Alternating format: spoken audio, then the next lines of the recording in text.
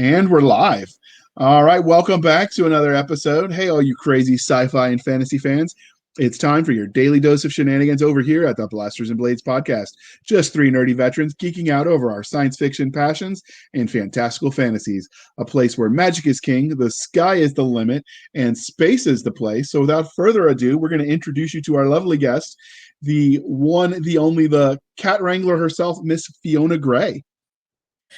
Hi, it's great to be here. I'm Fiona Grey, and sorry. Oh, no, that's it. I was going to ask you to introduce yourself, but you already started, so you're like ahead of the game. All right. Well, I write about detective dragons, spacefaring spies, and sword-wielding professors who happen to have magic and get up to shenanigans. Okay, are you sure you're allowed to talk about your spy work? Because, I understand the certain government entities we won't talk about, cat management department, they don't like that. Oh, well, this one is on a planet that doesn't exist. Okay, so the feline overlords are okay if you just like put it on another planet. I got you. So the next part of the introduction, dear listeners, how we first met. So this is going to be me speaking out of turn a little bit, and hopefully Fiona forgives me and forgets that we signed this NDA. But I actually met her in the Great Feline War of 2045. We had to come back to stop the rise of transhumanist cat people bent on galactic conquest. But don't worry, if we didn't come to talk to you personally, you probably didn't do anything to mess up too badly. Maybe. But since we've altered the timeline, we're stuck here. So we're going to talk about her books because, someone's got to eat, right? Absolutely. So, and I hope, like I said, the NDA, since technically we signed it in 2045, hasn't actually happened yet. So I think I'm okay. I will tell if you won't. All right. So since this is the Blasters and Blades podcast, you can't escape without the religion question. So Terra Nova, Warehouse 13, or Lost in Space? Danger, Will Robinson. Lost in Space, please. All right. Which version did you like? I actually grew up watching reruns, so the original. Like Nick at Night? I used to watch those too. Yeah, it was so cheesy and wonderful and amazing. And then they made the movie, which I actually enjoyed too. It kind of felt like the beginning, like the first episode in a series rather than a standalone movie, which kind of sucked, but it was still an enjoyable movie. Have you watched the Netflix remake? They're on season 2. I have not. I actually didn't even realize that there was a Netflix remake again. That's awesome. So they did it a little bit different. They took the doctor, the evil doctor, is now actually a psychotic woman, and instead of him just being a bumbling buffoon, she's actually kind of crazy in a murder her family kind of way. It's not really a spoiler since that's episode 1. So I liked it. Normally, when they change the roles or the genders or the races of characters, where it feels like it's just to check a box rather than for plot reasons, I tend not to like it. This is one of the cases where I actually thought it made the story stronger. I'd say the same thing about Battlestar Galactica, when they made Starbuck a woman, because now suddenly her relationship with the Adama family makes a lot more sense. Yeah, they were really strong on giving characters depth in that one. I love it when they do that because it makes it just so much more organic. Yeah, and like you said, I don't mind when they change up the characters a little bit. I want there to feel like there was a reason for it instead of just box checking, because then it comes off as hollow. But this is one where making her a woman and making her like an escaped psych patient made the story like suddenly that she's a chilling character. That's fantastic. That is now on my list. I'm going to bitch. Yeah, they've got 2 seasons that just came out. The second one just came out. It's definitely worth watching. But you're not done with the religion question yet, because we're polytheistic here at the Blasters and Blades. So Shannara Chronicles, The Witcher, or Grimm? That's a tough one. I'm going to go with The Witcher. Okay, do you play the game, watch the movie, or read the books? I started reading the books, and I'm always fascinated by translations because it always just feels so different. And then I watched the Netflix show, and I had some issues. The Witcher in my mind does not look the same as the guy who plays Superman, the actor whose name I can't remember. But I kind of enjoyed him just growling at people the whole time. So I tried to watch The Witcher. I've played the game some, and I've read some of the books, but the movie, like the Netflix one, it was all over the place chronologically, and that made it hard for me to follow. So I just sort of gave up. But what you could see if you could take the individual chunks, like the cinematography is just amazing. I've watched some of the footwork they did for the sword fighting. Now, Oh, I it was, don't know how accurate that is because I'm not a sword fighter, but it looked good. yeah, yeah, it was really good. And I'm not a sword fighter either. I'm trying to learn, but it's a little difficult sometimes. And I may have gotten some grief from my husband about a dent that may or may not have been in the ceiling beforehand. But it was fun to watch. So are you learning fencing? Are you doing something like through the SCA, the Society of Creative Anachronisms, or how are you learning? I found a local group, and then of course COVID hit, and I'm not sure that the group actually exists anymore. So there were a lot of YouTube videos and waving a heavy stick around in my basement. As you can imagine, this did not end well for the ceiling. Yeah. Well, I mean, it had it coming though. Really, it was Oh giving you the evil eye. Like I totally get it. yeah, So yeah, it was in the way. absolutely. So we like here at the Bastards and Blades, we both like both the fantastical and the scientific. So what was your first love, sci-fi or fantasy?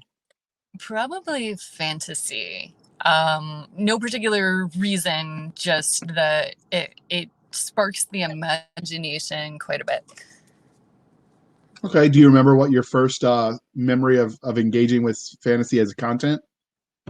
Yeah, and I probably engaged with sci-fi and fantasy about the same time. I grew up in a rural area, and we had the bookmobile. So, Oh, I uh, remember those. yeah, the bookmobile was awesome because they would switch up the content every time they came to visit, but they only had a limited amount of space. And so I encountered the Magic Kingdom for Sale sold book, the Terry Brooks book, and Ender's Game Oh, time. And so, one, you learn that anything is possible in this fantastical world, and then two, I learned that kids can do it too. So, I was at a pretty young, malleable age, and I internalized a lot of those lessons, I think. okay. Do you remember the Scholastic book fairs that they used to do? Oh, I love those. I wonder if they still do those. Yeah, I used to love those. That was like I'd save my allowance for days and Yep. weeks when we knew they were coming. So yeah, I totally get that. And I don't know why that was such a big deal when I could have just walked down the street to the, well, not walk by myself, but I could have got my mom to just take me to the Barnes and Noble or whatever. But there was something magical about the traveling book fair that came just to see you. And sometimes they would give you those little precursor newsletters where you could figure out which books you wanted ahead of time. So it was like a teaser. Yes. And I think it was just because everything that they brought was catered towards the youth audience, as opposed to a bookstore where you might get a half an aisle if you're lucky of Yeah. content for you. I think that was a large part of it. So, what is it you love about fantasy as a genre? Oh, just that everything is open. Because if you remember those choose your own adventure books, I Oh my always wanted goodness, to I have, love those. yeah, but is it the adventure that you wanted to have? So they, for me, they never quite ended how I thought they should end. So I wanted to make the stories better. And that really prompted a lot of the writing as well, because then I can control my own fate. I really just admitted to being a control freak, I think, there. It's okay. We all are at some level. So that's how you transition into writing. So with your choose your own adventure, were you reading like the lone wolf ones? Were you reading just the generic choose your own adventure books that were all over the place? Were there Um, any specific ones you were reading? Yeah, just the generic ones. I remember them more as a concept than any one book individually. It, yeah, The lone wolf ones mixed a little bit of gaming in with it, in that you had to keep a character sheet and track what weapons you have and what your hit points were, and then you would have to fight. And if you win the fight, go to page whatever, and if you didn't win, go to page. And of course, I never cheated, not at all. oh no, no one ever did on those to see what the best move would be, obviously.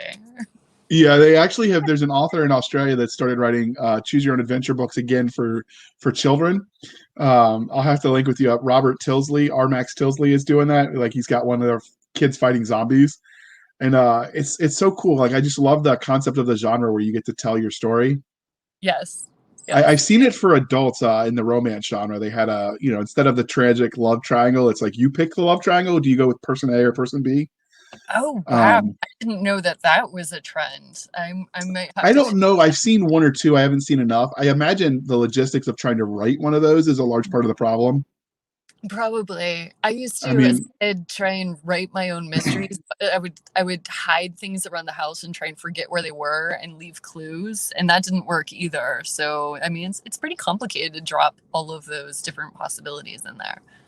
yeah, I can imagine you look like a serial killer with all those strings hiding everywhere when you're trying to track your story. That could get so. But My yeah, life work has been called a beautiful mind moment. that's always a plus. So the other thing that would be difficult, I imagine, is since everybody's in KU these days, or so many people are, I don't imagine they're going to like that jump to the last page thing. It would probably trigger all sorts of fraud alerts on their end. So, Probably.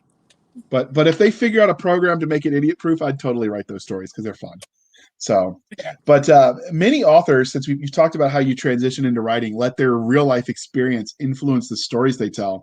So, were there any formidable moments that you remember that shaped you as a storyteller? Yeah, and it's weird because the answer is yes, but nothing in particular that I can remember actually happening. But I think everybody at some point wakes up and realizes that monsters can be real, whether they're human or real monsters, that exist in the urban fantasy and sci-fi realms of aliens. And I think that changes your perspective. It makes things darker, scarier, and adds more realism. So in some ways, writing is a way to acknowledge that and make those areas a little safer to play out, because you want to balance the scary things that are out there in the world with being entertaining. So, when you write your stories, do you like to go more for the grim dark, or do you try to go with more of a hopeful vibe?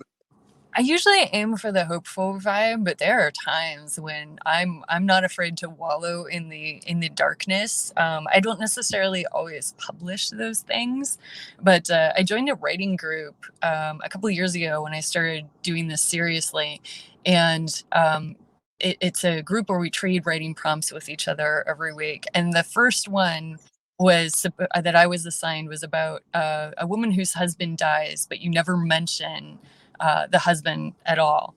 And so I had to look at my husband and who had just found out that I was doing this and explain that I needed to kill him off. And he is still alive. I would just like to clarify that. So, if you're listening, Mr. FBI man, today is not the day. It is not. It is not. Um, wow. So you had to have a dead husband that you couldn't talk about, but somehow make the audience know there was a dead husband. Right, and it was about a woman who is grieving, and she keeps encountering all of the things that remind her that she is now alone, and everything in her life has changed. So it was a challenge I kind of fell in love with. Although I think I confused my husband because I put on sad music, and next thing you know, he's having me talk about him dying, and I'm crying, and so it was an emotional experience. See, I would have gone like Edgar Allan Poe and the Telltale Heart, kind of crazy if you wanted to talk about him without talking about him. But maybe I just need more therapy. So, Well, there's uh, transitioning away from the writing side, let's talk about things from a fan angle. So, have you got any cool fan art or had anybody cosplay your characters yet?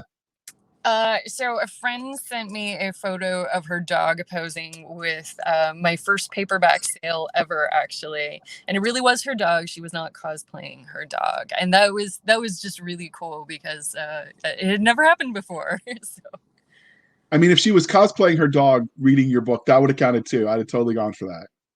that would have been a much different photo. It all right. Well, this is a family-friendly show, so we'll just move right along. Yeah. So, has anybody asked for your autograph out in public?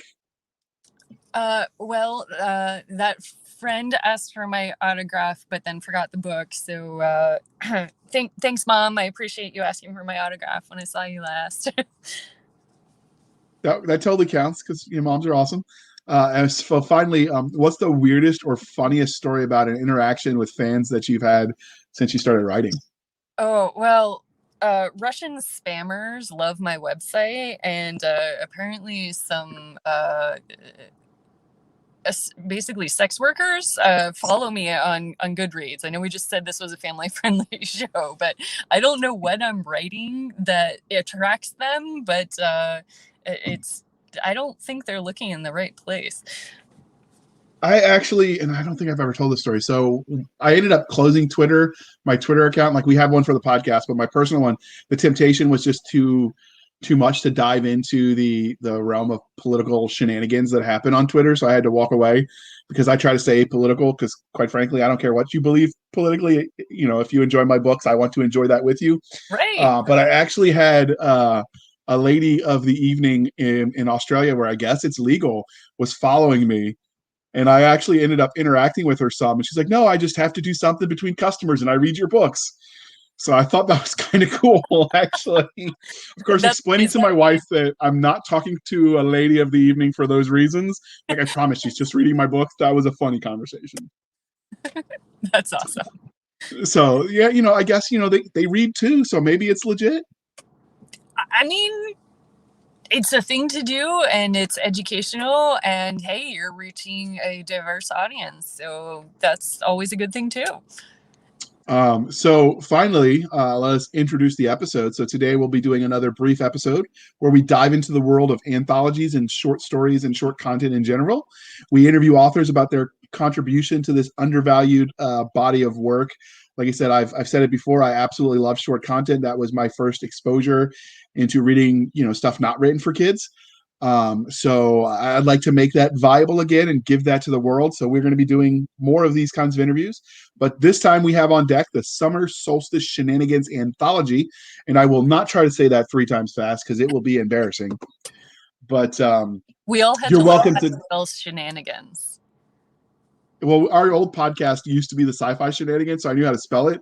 But saying it with Summer Solstice together, all like that was just too much. It's a bridge too far. Yes. So let's talk about the Summer Solstice Shenanigans. So my attempt to prove yet again why I will not be the movie trailer voice guy. Um, a full moon solstice. Let the magic flow. Feel the power. Fae come out to play. Vampires rove from dusk till dawn, and werewolves howl. Do they howl?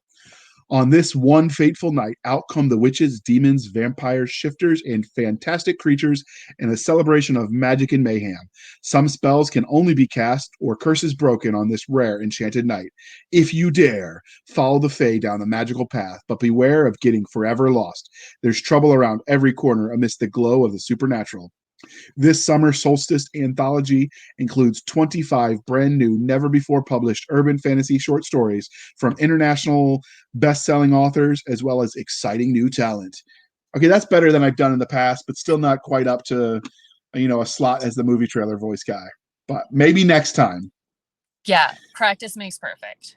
That's right. At least you don't have weird Latin. We've interviewed one anthology where they had Latin as part of the blurb. I'm like, yeah, I'm not even trying. Like, Oh, yeah. no. Yeah, no. So what was your short story in the Summer Solstice Shenanigans Anthology titled? The Fire Crown. Oh, that's an interesting title. Well, So go ahead. Well, it's about a phoenix who is losing control of her powers, and she keeps bursting into flames. And her birthday is on the solstice, and she only has a few days left to figure out what's happening before the solstice comes, and she knows that something will happen. And has to figure out how to regain control and not burn down the town around her as well. It was interesting because I got to write about sleep flying, which was not a phrase that I ever expected to encounter. I think we all have wished we could fly before, so I definitely get the lure. So what was the inspiration for the story? Well, often you see magical creatures who are presented as super powerful, all knowing. And I wanted to explore the side that didn't have that they face uncertainty too, and that they're figuring it out just like the rest of us poor humans without any magical powers. So, what happens to the town around them? How do they deal with it? So that was the inspiration. Okay, so does this story fit into a larger universe, or does it stand alone?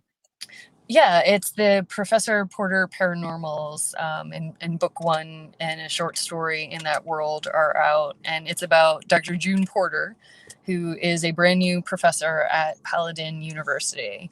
And she's trying to get away from magic because it killed her parents. And of course, the university is not the magic-free haven she expects. And hijinks and shenanigans and a few sword fights ensue after that. I'm working on book 2 and another short story now. So, given that the short story is urban fantasy, is the larger world that it fits into, I'm assuming, as well? Yes, although it's set in New Hampshire, and so it could properly be called rural fantasy. That might be creating a subgenre. I'm not sure that actually exists, but the college world is certainly a little more urban. Okay. Um, so, since you're writing urban fantasy, what is it about the subgenre that appeals to you?